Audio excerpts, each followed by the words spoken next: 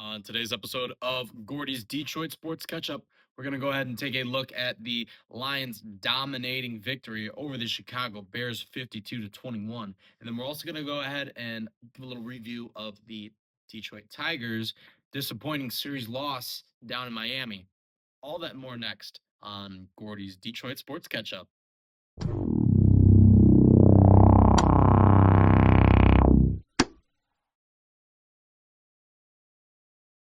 What up, though? What's going on? And welcome back to Gordie's Detroit Sports Catch Up on today's Wednesday edition. We got a lot to get into. All right. So, without further ado, I just want to start our conversation off today by thanking everybody that likes, comments, subscribes on these videos. I know still a small channel, but any amount of support is greatly appreciated. So, if you guys don't mind dropping a comment, if you disagree or have anything to say, anything to add. Um, and yeah, like the video, and it would help so much if you subscribed. And if you really don't want to miss out on any of your uh, news articles, news stories from your favorite Detroit sports teams, go ahead and click the bell icon to get notified whenever I upload. Anyways, guys, excuse my yapping for a second. So yeah, before I get into our two big segments today, which is breaking down our series against Miami for the Tigers, and then our big game on Sunday against the Bears, a couple loose ends that I wanted to that I wanted to get into. First of all, the Detroit Red Wings dropped their 100th anniversary, centennial jerseys, and oh my, Shut up and take my money. oh my God, they are gorgeous. I already bought one, right? I already got my Larkin one. It didn't take very long. You know, yeah, I listen. Those things are beautiful. The matte red helmet looks sick. Even they even did the advertisements right. They moved the priority patch over to the shoulder, and then they more noticeably they the Meyer logo on the helmet is like an old vintage logo, and that's just such a badass little touch. So shout out to the Detroit Red Wings for knocking this one just out of the park. I mean it just it's gorgeous. It's absolutely gorgeous. One of the best jerseys that they've released probably since the 2014 Stadium Series, which it looks awfully lot like. Um, but yeah, you know, it's a classy look, and yeah, no pun intended, but there's no need to reinvent the wheel, right? You just keep it classy, do what works, and yeah. So the devil is in the details for alternate Detroit Red Wings uniforms, and yeah, they did an awesome job for these ones. They're going to be wearing them twice in the month of October that they announced. So hopefully that sets a nice bar for wearing the jerseys 2, 3, maybe 4 times a month. That would be amazing if we could see these things far more often than a reverse retro or the Stadium Series, which they played a total of what 3 or 4 games in, and beautiful jersey, right? Make sure this doesn't fall over on me while I'm recording. Yeah. Um, yeah, beautiful jersey, but this one is just it's just that much better, man. Yeah. So, anyways, another little thing I wanted to touch on. Um, I didn't even watch the game because I had some other stuff that I had going on, but holy crap, 63-3. Uh, you know what? This is something that I wanted to look up. Uh, I remember, it used to be back in the Jim Harbaugh era that Michigan used to hang 50, 60, 70 points on some of these crappy Big Ten teams. So uh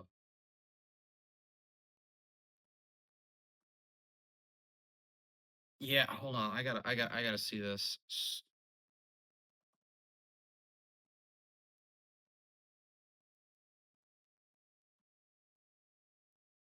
Um, yeah, this is one of the biggest scores that I've seen in a long time.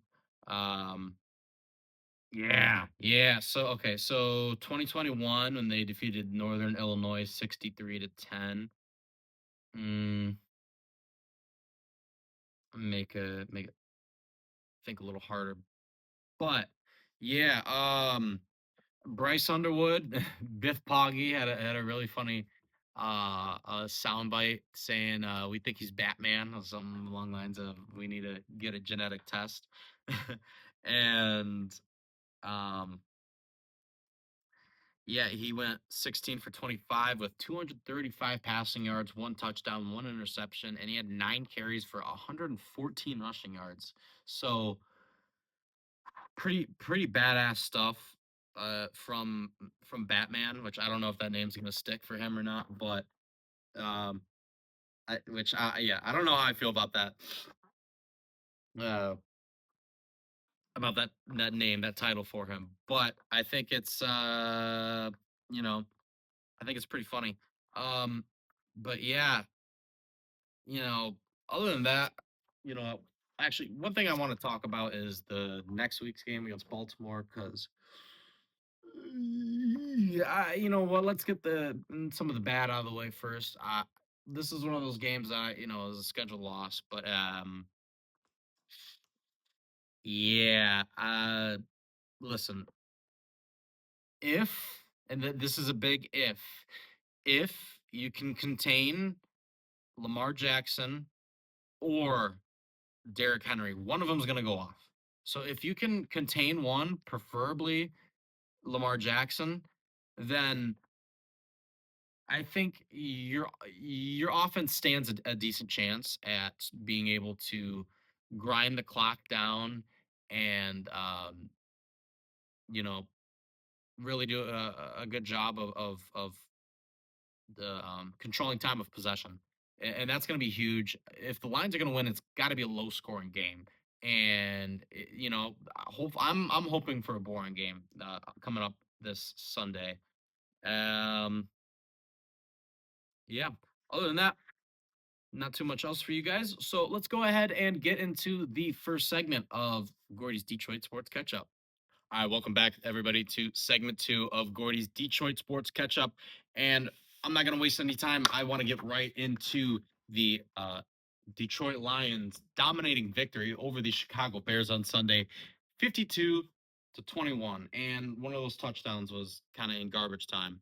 So really, it was like 52-14. Anyways, I don't like to play that game, though. Lions offense shined. I mean, between Jared Goff, you know, have a starting off the homestand with a great, or I shouldn't say homestand, but starting off was strong at home with a great stat line, right? He let's see here. Where do I have his stats? Mm, I got him right over here. So, okay, Jared Goff, 23 for 28, 334 passing yards, 5 touchdowns, no picks. Stellar game from from Jared Goff, and I think that all started because he was comfortable in the pocket. He had time to make plays. I even saw, a couple of good plays where he was able to maneuver the pocket actually and step up into pressure and um make some throws in the phone booth. So that's something that really impressed me from Jared. Um, when we saw it just last week when teams are able to get pressure up the middle, it becomes really hard for a guy like Jared Goff. But you keep him clean, man, and he will get the ball where it needs to go, and he will tear up your secondary. Speaking of the secondary. Tyreek Stevens stinks. I mean, a lot of guys on Chicago stink, but that guy. Yeah, and you see right at Tyree. Well, no wonder it hit him right in the face. That was right. That guy stinks, man. It gives me flashbacks to the kind of guy like a Jeff Okuda or a Jerry Jacobs or a Kendall Vildor or a Amani Arroyo, or even like a Cam Sutton, where every single time defenses are or offenses are targeting whoever is being guarded by that guy, specifically cherry picking matchups with him. So yeah, I pray that he's never on our roster, and I'm glad that we don't have to worry about a guy that ass. That's probably the most amount of time that I will be talking about a Chicago player. Um, Caleb Williams, I mean, really nothing very spectacular from him today. I thought, other than the connection to Roma Dunze was probably the best player. Or no, beyond the shadow of a doubt, was the best player for the Chicago Bears in this game, and also fantasy wise. I'd maybe a lot of you guys might not like me talking about fantasy football, but I think it's relevant. Roma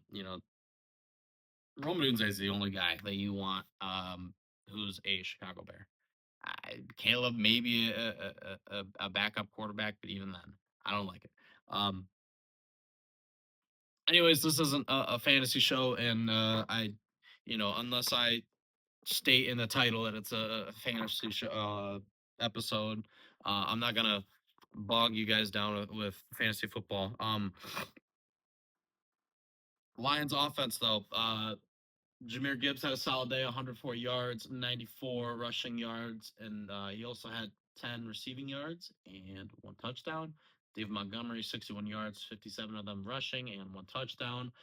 Amon-Ra St. Brown, very, very close candidate for player of the game, but I think he's going to be slightly beat out by one of uh, one of these studs on defense.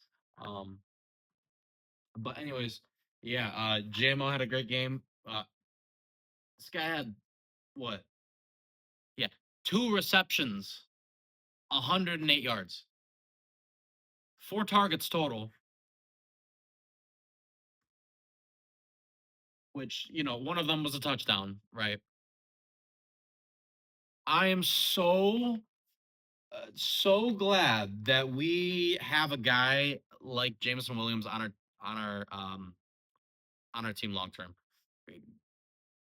It's literally like what Patrick Mahomes had with a Tyreek Hill, a guy that just takes top off the defense, exposes corners that aren't the best, and is just able to kind of impose their will on those guys. And yeah, they end up with ridiculous stat lines like that: two receptions, over 100 yards, and a touchdown. Come on.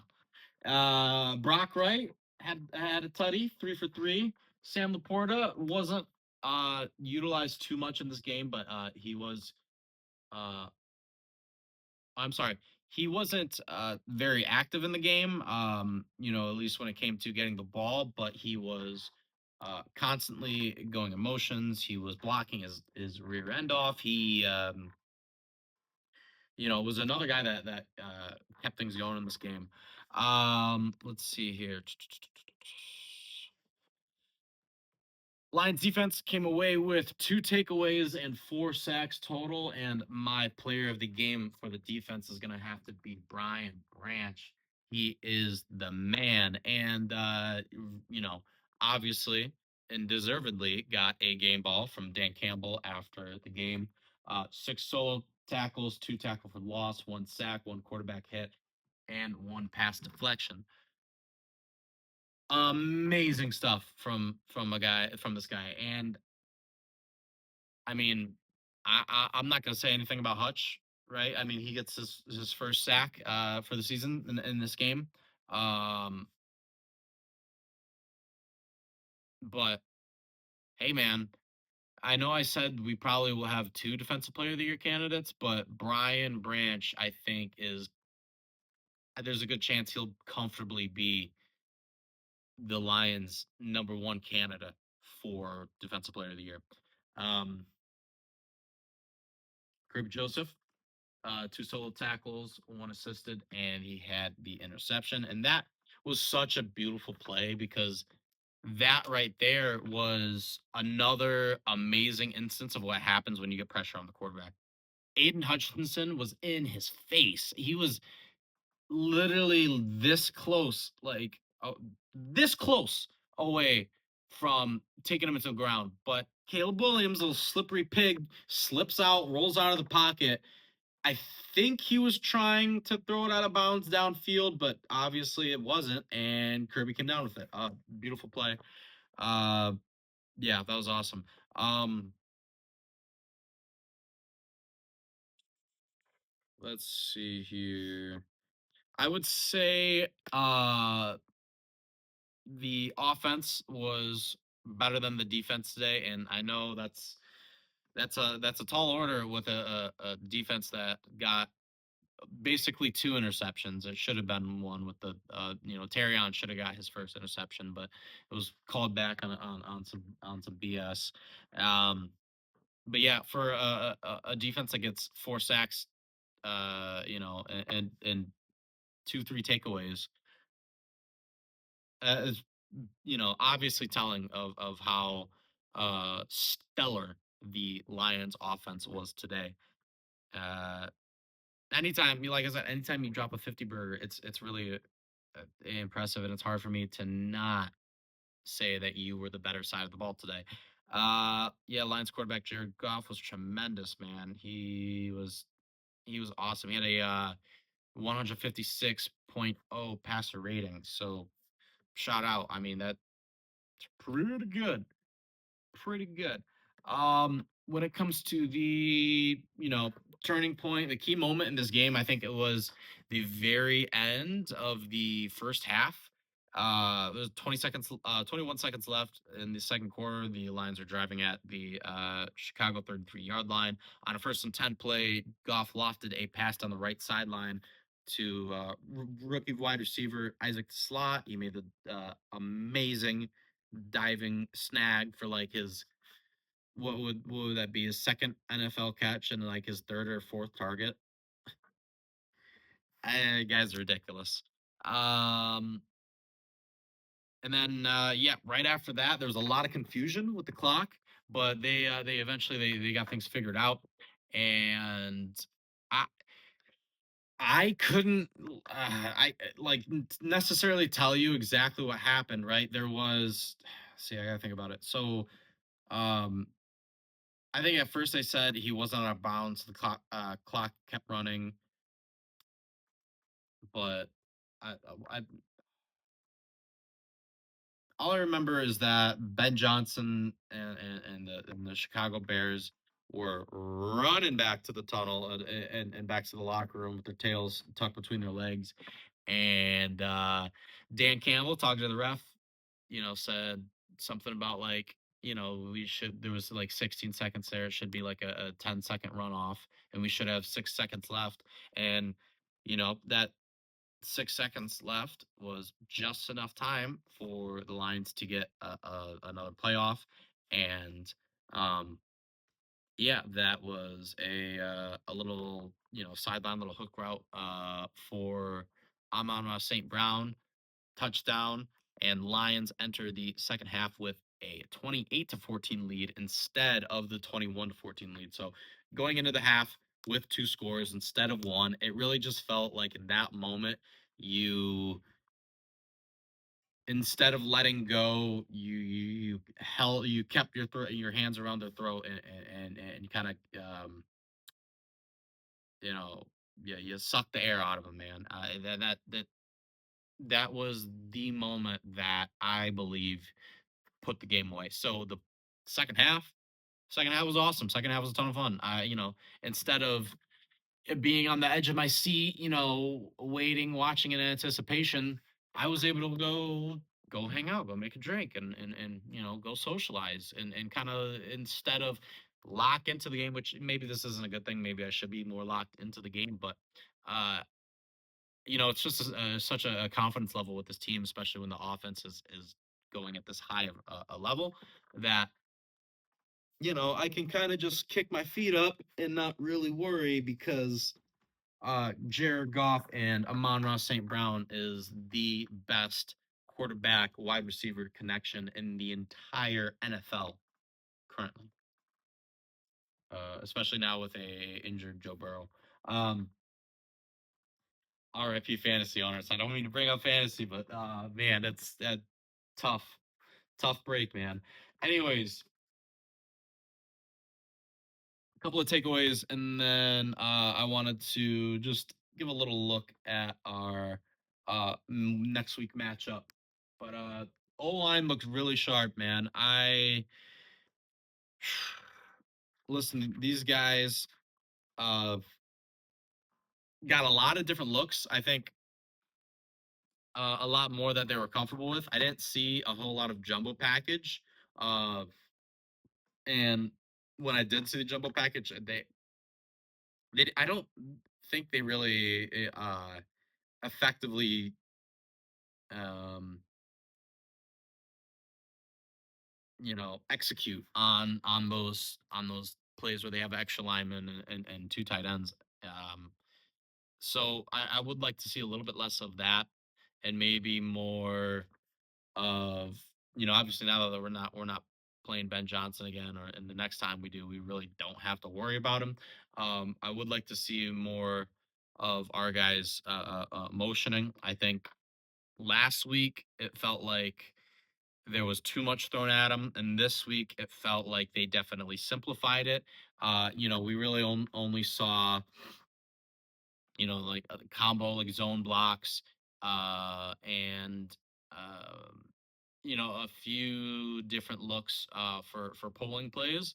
Um, they were a lot more successful on the combo zone blocks. It definitely seemed like guys were doing a way better job of communicating, and obviously on those zone blocks, the communication is everything because you and your man next to you comboing up, and somebody's going to be isolated, so you got to worry about him, or if he's getting a chip, and getting up to the second level, especially where you trying to keep track of linebackers.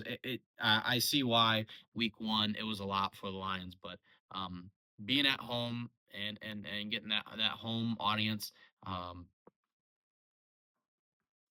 and also it was with an offensive line coach like Hank Fraley, it's we're gonna see things quickly pick up for this offensive line. They won't be down for very long, and they proved you know, that they won't be. Obviously, they have a big test next week. Big test against a extremely um, well-rounded Baltimore roster, which is other than you and I would say like a Philadelphia are some of the most well-rounded off not even offenses, but just rosters in all of the NFL. Anyways, let's see here.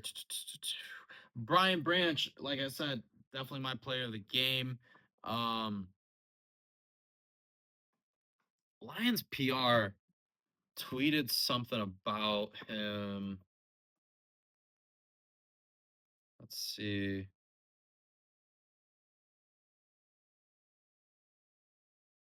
Mm, All right, yeah, here we go.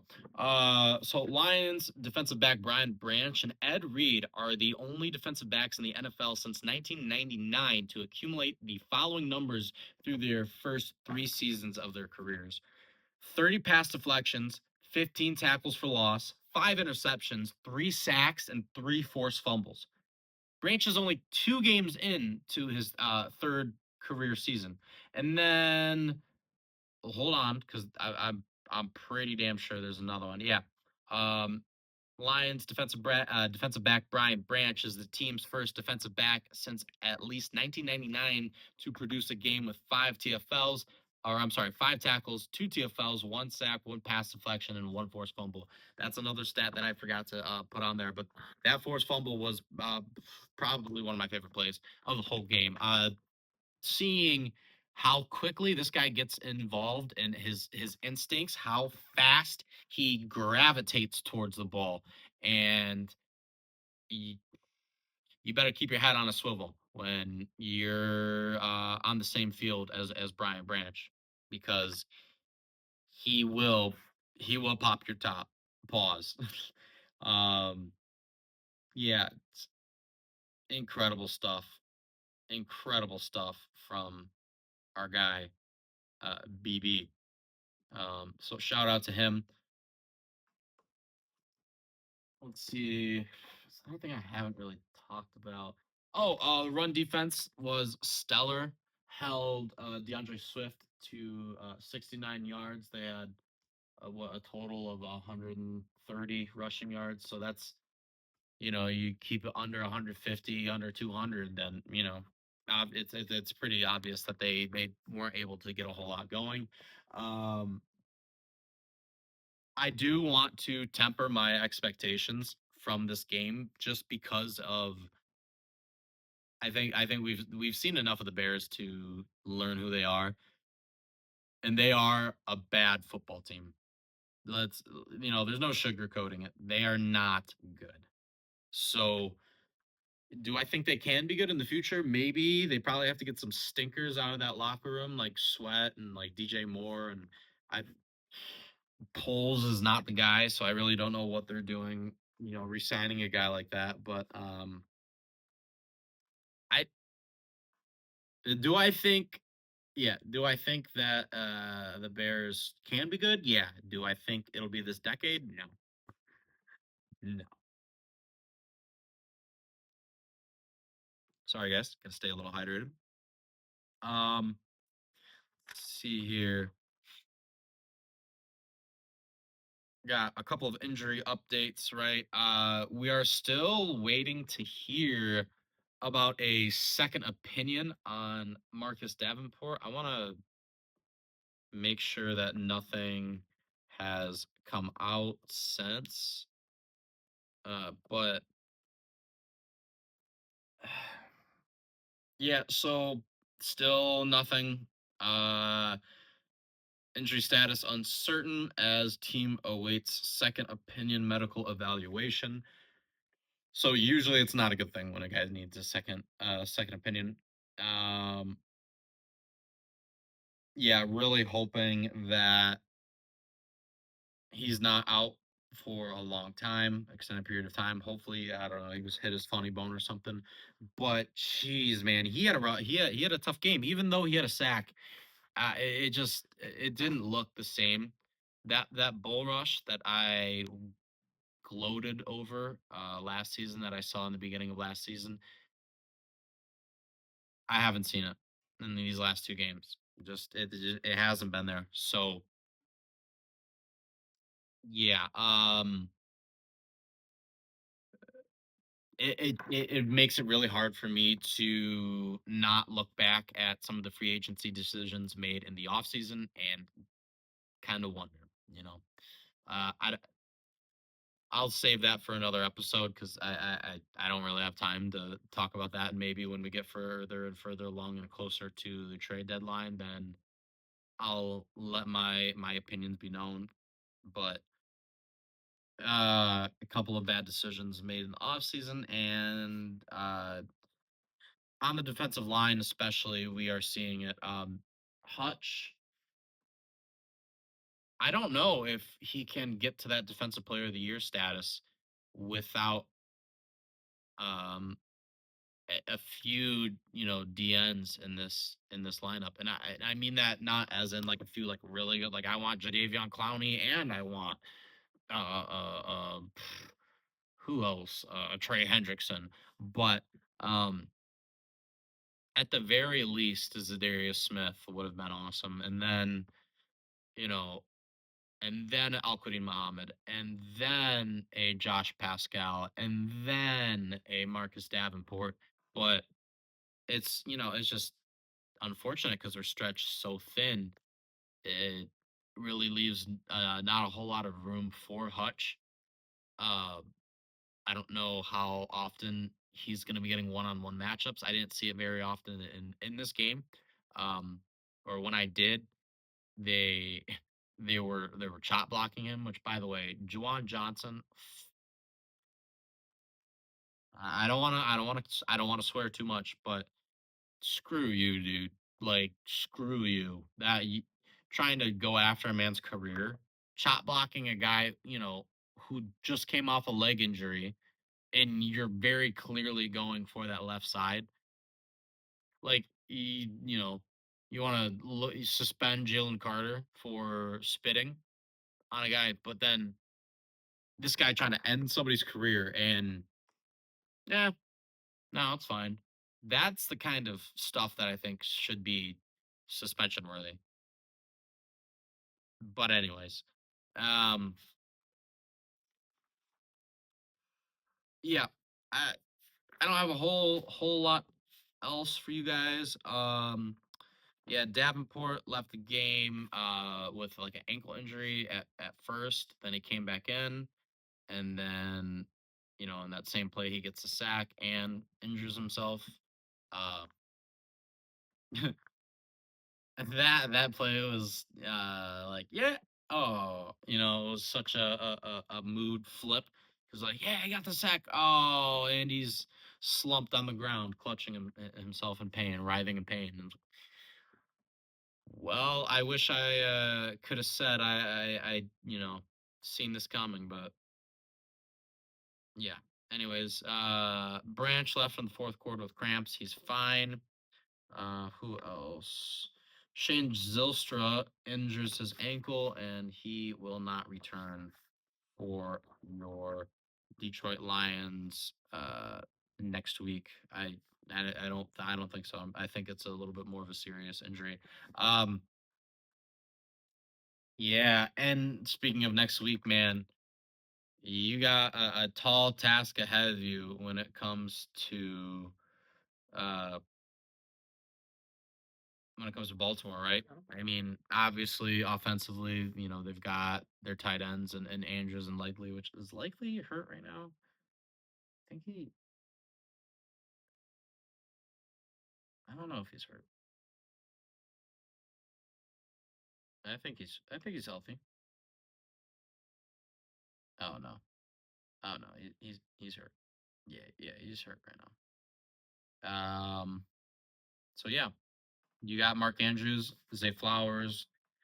They have a badass offensive line. Obviously, Derrick Henry is gonna put in that work on our linebackers. So we need to be ready. Our defensive ends, especially, need defensive ends and linebackers have got to be on their A game when it comes to containing, contain. Don't over pursue in your running lanes, or in your gaps. You gotta you know be very very disciplined in your rush. Cage pass rush. Um, yeah, like I said, you gotta pick one to shut down for today, which is a very tough ask. But you gotta either shut down Derrick Henry, which I think is a little bit more of the more likely option, or you gotta somehow find a way to shut down Lamar Jackson, and he can do two things to you. He can run on you, and obviously, and he can make huge plays with his arms. So yeah, tough, tough stuff. Um, Anyways, guys, that's all that I have to say about the Detroit Lions for this week. If I do get an episode out before Sunday, I'll give a little episode preview.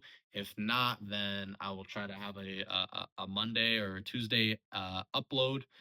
And yeah, guys, um, let's head to segment 2 and take a look at the Tiger series.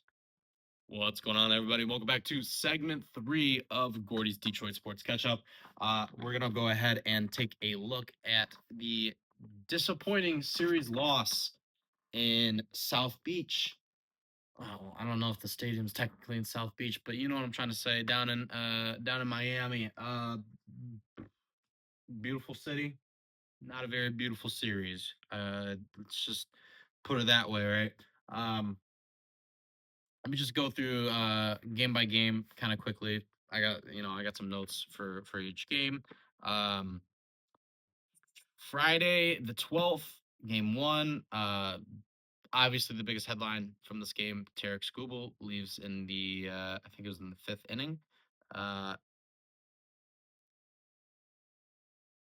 yeah, he was clutching at his left side, which it doesn't seem good. Yeah, he didn't look in pain. He did look uncomfortable though, and pretty quickly he called over AJ, and he came on with a medical trainer and took him off, and yeah, every single every single Tigers fan, uh, hearts dropped in their stomach at that moment, and I may or may not have been crashing out a little bit when that happened.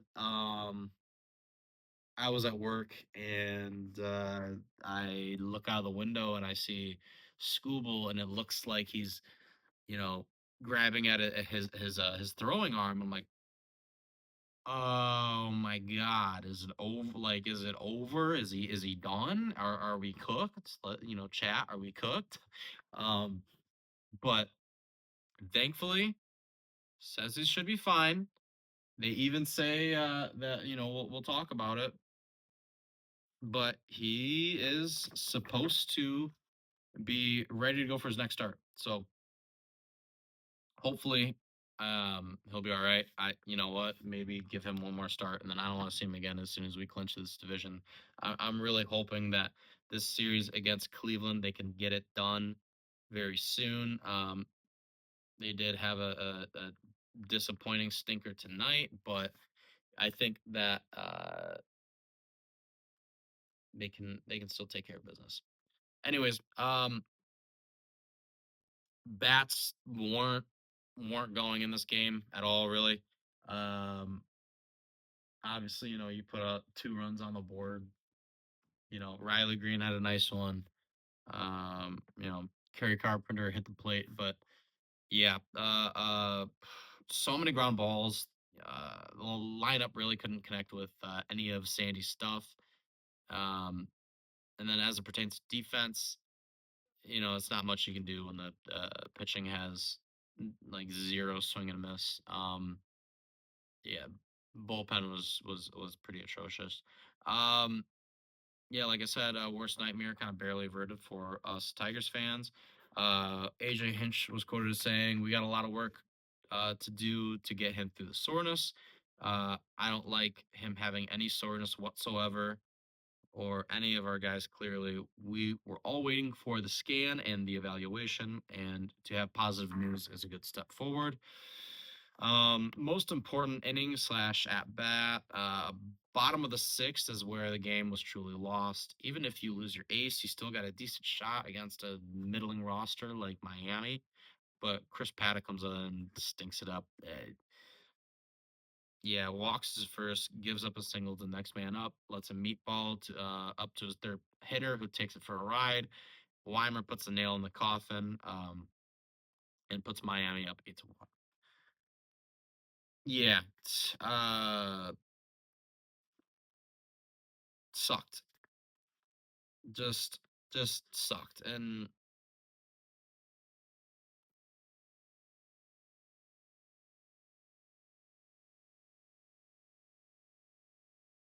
I mean, even continuing like into the seventh, Paddock was in there, which I guess it makes sense to still have him in there because I mean, honestly, what are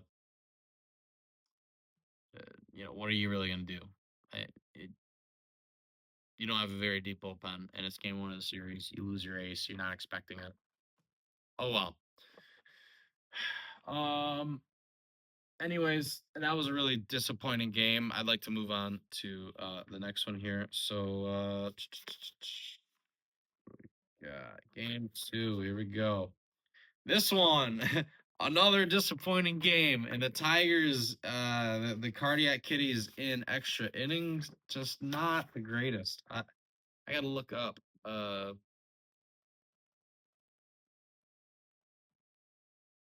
very sorry that I have to keep looking up some of this information, but I think it's uh relevant to our conversation and is just stuff that I didn't think about while coming up with the notes, show notes. But anyways, yeah, Tigers lose in extra innings, the bottom of the 11th, 6-4. Bats couldn't bail out some actually decent work from the bullpen. Even though Charlie Morton had a pretty middling performance with 4 innings pitched, 2 earned runs, 3 hits, 4 strikeouts, and 4 walks. We saw some decent stuff from Melton, Canley, and uh, Will Vest at the very end gives it up, unfortunately. Um, Montero is really the one that like gave the game away, but like I can't necessarily blame him because of like when they had him in there, he's kind of the last guy that you feel comfortable with, using in that night without completely depleting your bullpen. And when you go into extra innings, it becomes it really does feel like it becomes a bullpen game. Um, who's got more high velo, throwing closers and guys with swing and miss in their bullpen that they can, pull out at a moment's notice. And the Tigers don't have a lot of that. So extra innings is a kind of a worst case scenario for the Tigers and should be avoided at all costs. So the Tigers doing great. You see them get out to big leads early because they apply pressure on weak starting pitchers really well, and even quality starting pitchers. But they actually they did that a little bit on Sunday to salvage the series. But we'll get into that in a minute. Um, Troy Johnson is my player of the game for this game. In the last game, it would have been probably Sandy Alcantara or yeah, because Tigers had nobody doing anything extraordinary. Um, I'll talk about just in general, kind of how I feel about certain guys at the end when I go over just general series notes. But um, yeah, the most important inning was top of the 11th. The guys just couldn't get a hit to save their lives. So yeah, the clutch hitting is something that we need to see an improvement quickly if we're gonna take this team seriously in October. And I hate to be that guy, but I definitely have my doubts about how far this team can go in the postseason. And it doesn't feel like last year where it's just yippee, let's see where we go. Oh, we're hot right now. Oh man, don't let the Tigers get hot. But this year it feels like we have all the pressure in the world and there's just too many things going wrong at all kind of at the same time. Now, maybe, right? Maybe Cal Finnegan comes back in and is fantastic. Maybe I don't know. Maybe Jose Urquidy is actually something decent. He looked. I don't know how to feel about Jose Urquidy in his first showing. I want to see one or two more outings from him before I really give my opinion. But other than a curveball and a decent fastball, not a whole lot of swing and miss with him, and gives up a lot of contact. So yeah, it concerns me. Definitely concerns me. Um, 14 total base runners for the Tigers and only 4 scored.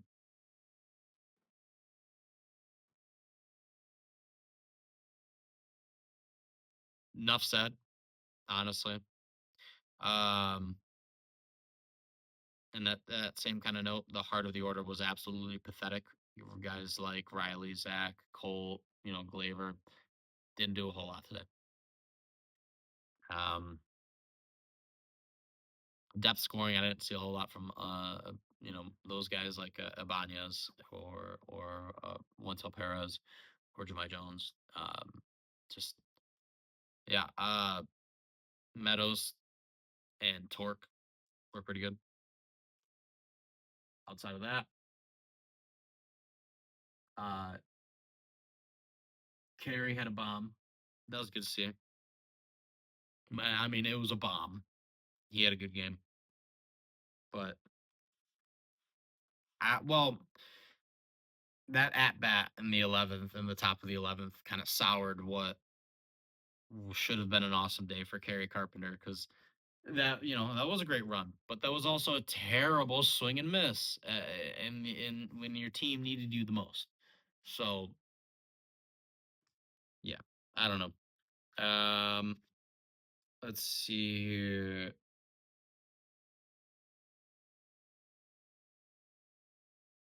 Says here that the Tigers are 22-12 in uh, extra innings this season, which that's a lot of games. So that might be wrong. If I'm incorrect, please correct me. But yeah, let's see here. Not a whole lot that I have to talk about here. Miami wins 6-4. Uh, that's what's like a Jansen Junk. That's a pretty damn good fastball. I'd be curious to see how much it would take to get a guy like that in our bullpen. So that's a really nice fastball. Would like to have that guy as mid late relief, or you know even maybe as a starter. That's somebody I definitely wouldn't mind having on the team that would fill a necessary role of the Tigers. And obviously, this is for next season. I'm not thinking about this season. And there's so many questions with pitching and when it goes into the off season. So, yeah, that's that. Anyways, I don't mean to get off on a tangent. That's a whole other discussion for another day. Sunday they kind of salvage the series. They get a oh okay, we got a um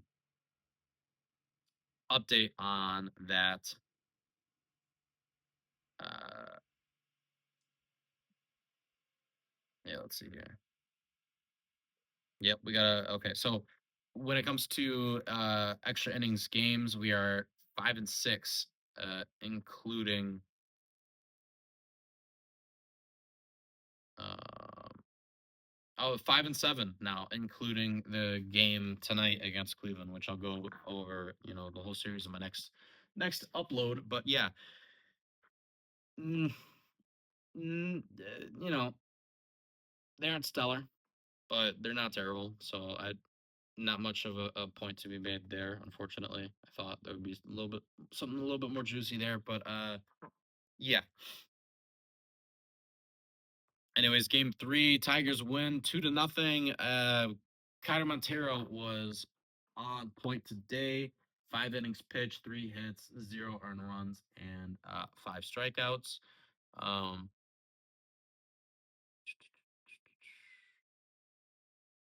yeah, Kyler had quite a few 3 up, 3 down innings, and uh, the slider hit for him was working today. And when that slider is working for Kyler Montero, I saw it with my own eyes in the Tigers, only the playoff game that they won at Comerica last season. What was that, October 17th? October. Yeah, anyways, not important. Kyler Montero looked really good. Hopefully that he can continue to look decent as a pitching chaos starter or a mid relief kind of guy for us. And Yeah, we need as many arms as possible to be having, you know, steady success heading into October. Um, Tigers take advantage of Marlins fielding mistakes early, and they earn their 17th shutout of the year. Both of Detroit's runs came early, or came in the second inning due to three Marlins errors on a single play. Uh, Spencer Torkelson scored on the fielding error by Eric Wagman, and so if I remember correctly, right? Um, well, you know what? Here, let's see here. Um, Torkelson gets on base with the walk. Keith reaches third off of two, failed attempts from the outfield, and you know, that also scores Torkelson, and Dingler scores in Colt Keith with a 1-run single, and yeah, that was all the offense that the Tigers needed for today. The bullpen did a good job shutting things down. Um, Detroit let Miami beat themselves, and that's kind of all you got to do, especially when you kind of just got your ass whooped and everybody's tired. Just if they're giving you the game, take it, because Lord knows they got the best of you previously. Um, their guy, Adam Mazer, looked pretty solid. Um, Miami just kind of all around has some actually pretty decent pitching. Um, Canley did all right. Will Vest, not too shabby. Um, we saw Jose Urquidy in his first showing, wearing the Old English D. Let's see, he got a whiff on a four seamer. Um,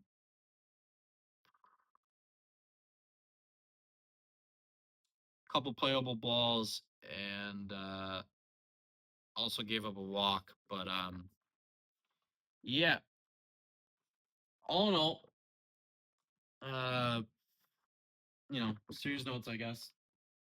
Another brutal weekend for the Tigers with runners in scoring position. This is my favorite stat because if your ratio looks good, it's not, you got a high scoring game, and it's an easy tell that your team's doing good. If it looks like this, that's not good. That's not good. um, Bullpen wise, Kyler Montero, Tommy Canley, Troy Melton, he did all right. He still struggles a little bit with command, but at the same time, he's got like such an arsenal and some of those pitches, especially some of those off-speed pitches. He throws with such accuracy, and also just a good timing in the order. That or in the at bat, I should say, that he's proven to be very effective. So Melton's not a guy I'm worried about. Um, yeah, all those guys had good outings. Like I said, Jose Urquidy made his debut. All right, welcome to the team. We need another arm. Charlie Morton looked brutal. Rafael Montero kind of got thrown into the flames, but he struggled with control. And Chris Paddock, just not very good. Um, Offensively, I gotta think. Riley Green, he's doing a good job. Drawing, drawing out at bats, and he's not getting the most walks, but he is a lot more patient when it comes to his at bats, or at least the growth is evident when it comes to his plate approach. Um, Parker Meadows stays hot. He had a really good weekend. Keith and McKinstry were nothing spectacular. Kerry Carpenter, not too shabby. Um, Javi's eye, his swelling is going down, so he's fine. And yeah, speaking of injuries, we should have some playoff reinforcements on the way in the form of a Matt Vierling and a Kyle Finnegan. Those are two guys that are going to prove to be hugely essential for your playoff team. And it's not like a they're going to blow the lid off the place with oozing with talent. Like, we know who these guys are, but if you raise that floor a little bit, I think that's really big for this team. Um, Obviously, right? Big news. SKUBAL should be fine, right? All the, you know, X-rays and testing everything, medical wise, came back positive, so we should be all right. And yeah, I expected to start on my birthday on Thursday. Um, so yeah, I will definitely be watching. Uh, Tigers' magic number is seven. Seven. 7 games to clinch the playoff berth, and what is it? Three or it's got to be like 4 wins, right, to really put Cleveland away. So I probably should have put 4 there, but whatever. Um, you got to win these next handful of series. Atlanta is a team that you need to get it done against, and that's Friday and I think Saturday, and I will be there on Friday. So, um, you know, I you get some not some live updates, but I'll might throw in some footage from the scene of the action. Um, Yeah, Tigers sent 8 players to the Arizona Fall League, including Kevin McGonigal. Um, nothing too much there. If I can find it on TV, maybe I'll watch it. But uh, if there's playoff baseball going on, probably not. But yeah, for anybody that had any thoughts about McGonigal getting called up to the pros, not happening. Uh, not this year, at least. But yeah. Anyways, guys, not a whole lot else to talk about. Really need to get the W against the stinking Cleveland Guardians. Yeah. Anyways, guys, thank you so much for watching this episode of Gordie's Detroit Sports Catch Up. If you enjoyed, please hit that like button and comment if you have anything to say, if you disagree, if you agree, if you have any ideas for episode, if anything. If you want to reach out to me, you can reach out at um, Gordon J Jones II at Instagram, and yeah, hopefully I should get an episode out by uh, Saturday or Sunday, maybe Monday. Um, should be a weekend edition for you guys. But yeah, anyways, guys, thank you so much for watching, uh, and I will see you next time.